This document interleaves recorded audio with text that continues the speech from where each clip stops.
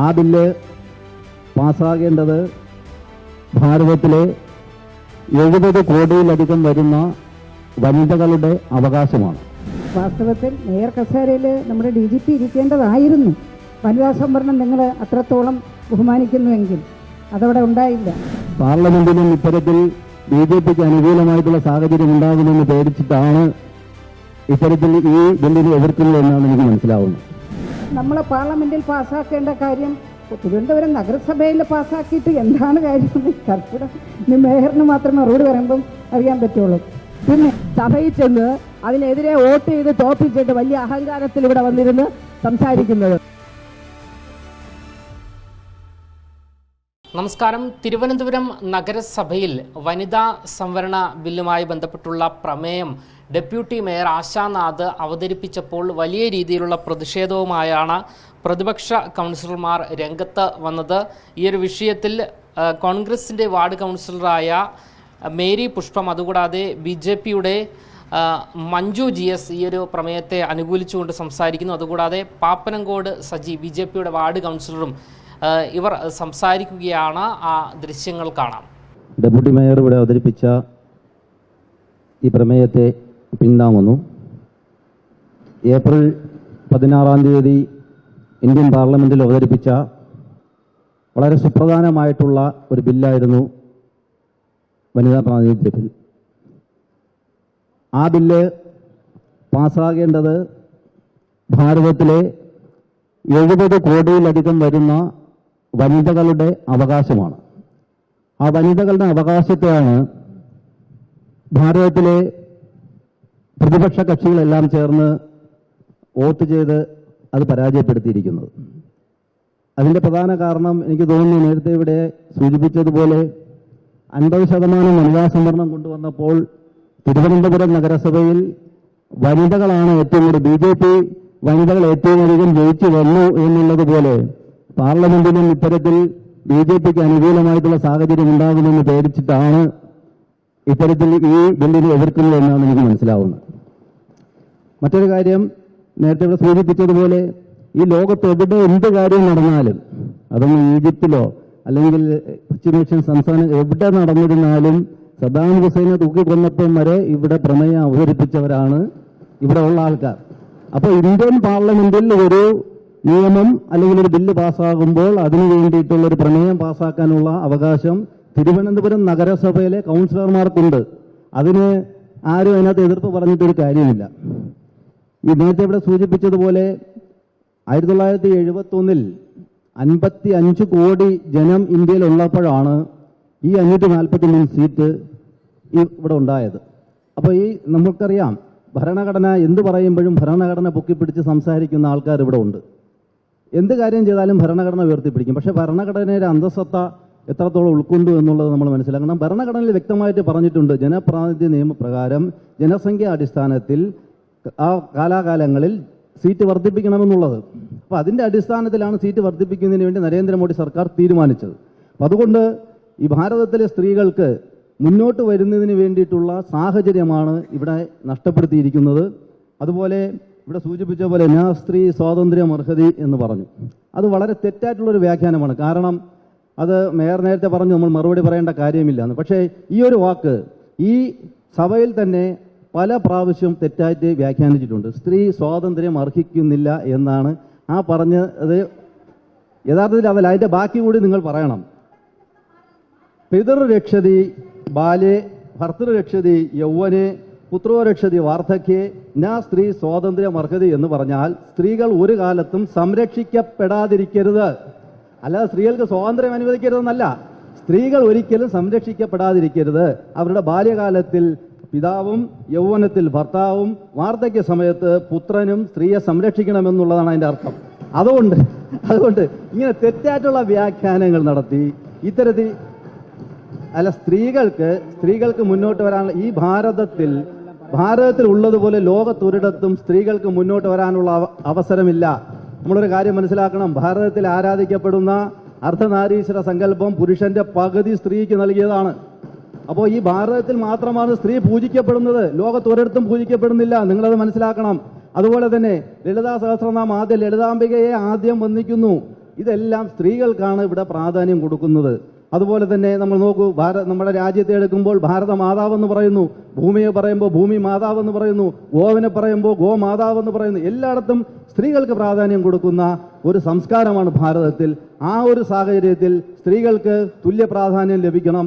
ഈ 33% സംവരണം അനുഭവിച്ചുകൊണ്ടുള്ള ഈ പ്രമേയത്തെ ഞാൻ പിന്താങ്ങുന്നു. എൻ്റെ സഹ കൗൺസിലർ സംസാരിച്ചത് കൊണ്ടാണ്, ഞാനില്ലെങ്കിൽ സംസാരിക്കേണ്ടെന്ന് വിചാരിച്ചു നിൽക്കണം.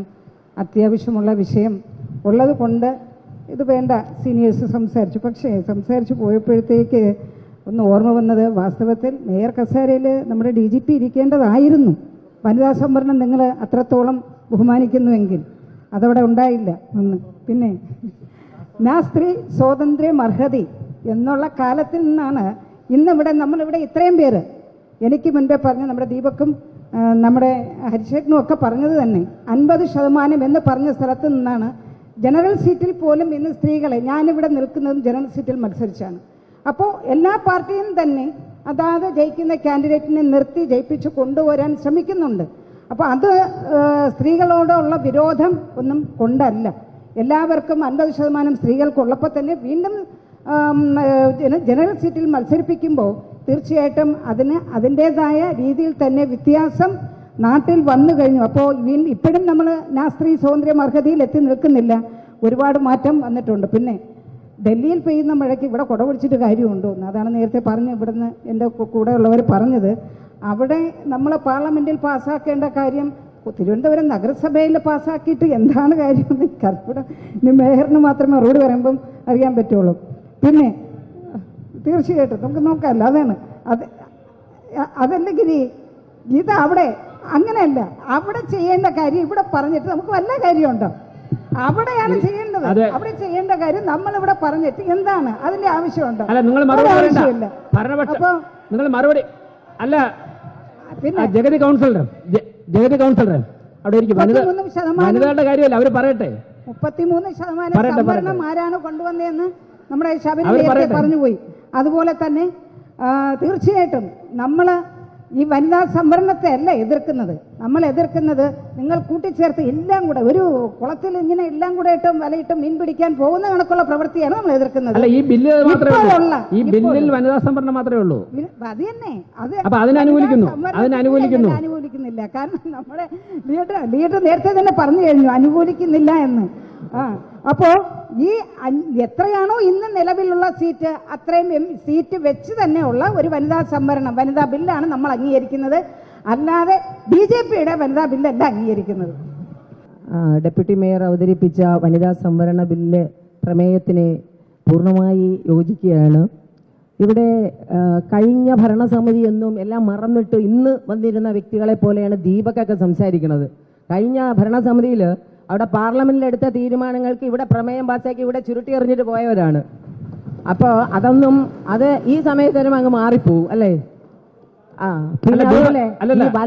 ഒരു മിനിറ്റ്, മറുപടിയിലേക്ക് പോകണ്ട. പ്രമേയവുമായിട്ട് ബന്ധപ്പെട്ട് താങ്കൾക്ക് പറയാനുള്ള പറയുക. ഇവിടെ വളരെ സ്ത്രീകൾക്ക് പ്രാതിനിധ്യം കൊടുക്കുവാനായിട്ട് നരേന്ദ്രമോദിജി ഒരുപാട് പ്രോജക്റ്റുകൾ അവതരിപ്പിച്ചിട്ടുണ്ട്. അതിനോടൊപ്പം തന്നെ സ്ത്രീ സംവരണ ബിൽ, ഇവരൊക്കെ പറയുന്ന പോലെ UPA സർക്കാരും മറ്റുമൊക്കെ ഉണ്ടായിരുന്നു. എന്നിട്ടൊന്നും ബില്ല് പാസ്സായില്ല. 2023 വനിതാ സംവരണ ബില്ല് പാസ്സായത്.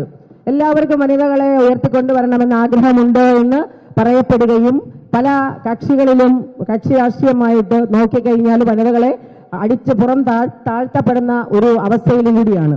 പിന്നെ ഭാരതീയ ജനതാ പാർട്ടിക്ക് ആരെ മേയർ വേണമെന്ന് തീരുമാനിക്കാൻ ഭാരതീയ ജനതാ പാർട്ടിക്ക് അറിയാം. വെളിയിലെ മാധ്യമ പ്രവർത്തകരുടെ മറുപടിയിലേക്ക് പോകണം. അതുകൊണ്ട് അവിടെ 1970 പ്രമേയവുമായിട്ട് ബന്ധപ്പെട്ട് എന്തെങ്കിലും പോകേണ്ടത് പറഞ്ഞ് കൺക്ലൂഡ് ചെയ്യണം. മറുപടിയിലേക്ക് പോകണ്ട. 1971 ജനസംഖ്യാ അടിസ്ഥാനത്തിലാണ് നമ്മുടെ മണ്ഡല പുനർനിർണയവും അതുപോലെ തന്നെ സീറ്റുകളും ഒക്കെ വിഭജിക്കപ്പെട്ടത്.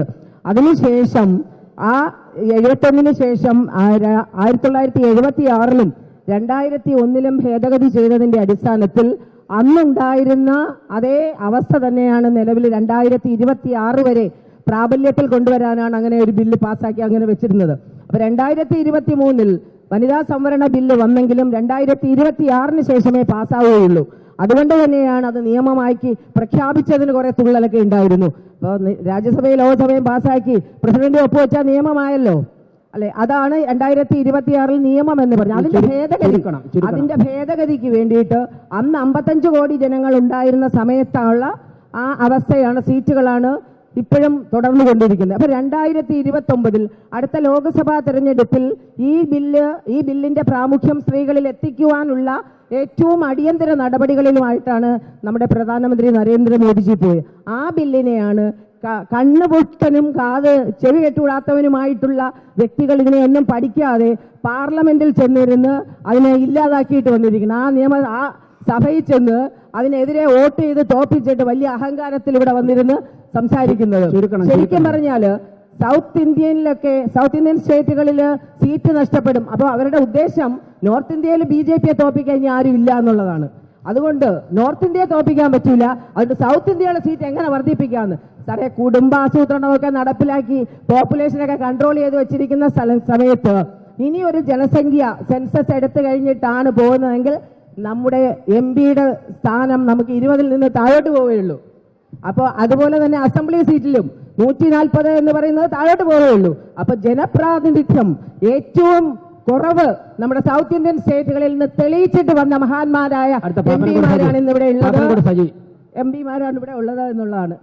എന്തായാലും വനിതാ സംവരണ ബില്ലിനെ എതിർത്തുകൊണ്ടും അനുകൂലിച്ചുകൊണ്ടും നിരവധി പേരാണ് കൗൺസിൽ യോഗത്തിൽ അവരവരുടെ അഭിപ്രായങ്ങൾ അല്ലെങ്കിൽ അവരവരുടെ രാഷ്ട്രീയ പാർട്ടികളുടെ അഭിപ്രായം ഉന്നയിച്ചിരിക്കുന്നത്. ഇതിൽ വ്യത്യസ്തമായി കോൺഗ്രസിൻ്റെ വാർഡ് കൗൺസിലറായ മേരി പുഷ്പം ചില തമാശകൾ ഉന്നയിക്കുകയും ചെയ്തു. വനിതാ സംവരണ ബിൽ നടപ്പിലാക്കുകയാണ് എങ്കിൽ എന്തുകൊണ്ട് മേയർ സ്ഥാനത്തേക്ക് മുൻ DGP ആയ R ശ്രീലേഖയെ കൊണ്ടുവന്നില്ല എന്നതുൾപ്പെടെയുള്ള ചോദ്യങ്ങൾ അവർ ഉന്നയിക്കുന്നു. ആ ദൃശ്യങ്ങൾ നമ്മുടെ ക്യാമറയിൽ കൃത്യമായി പതിഞ്ഞിട്ടില്ല എന്നാണ് ഞാൻ മനസ്സിലാക്കുന്നത്. കാരണം നിരവധി പേർ എഴുന്നേറ്റ് നിന്ന് പ്രതിഷേധം നടത്തുന്ന സാഹചര്യത്തിലാണ് മേരി പുഷ്പം ഇത്തരത്തിലൊരു വാചകം പറഞ്ഞത് എന്നാണ് മനസ്സിലാക്കുന്നത്. ക്യാമറമാൻ അഖിൽ അശോകിനൊപ്പം അമൽ രുദ്ര, മറുനാടൻ മലയാളി, തിരുവനന്തപുരം.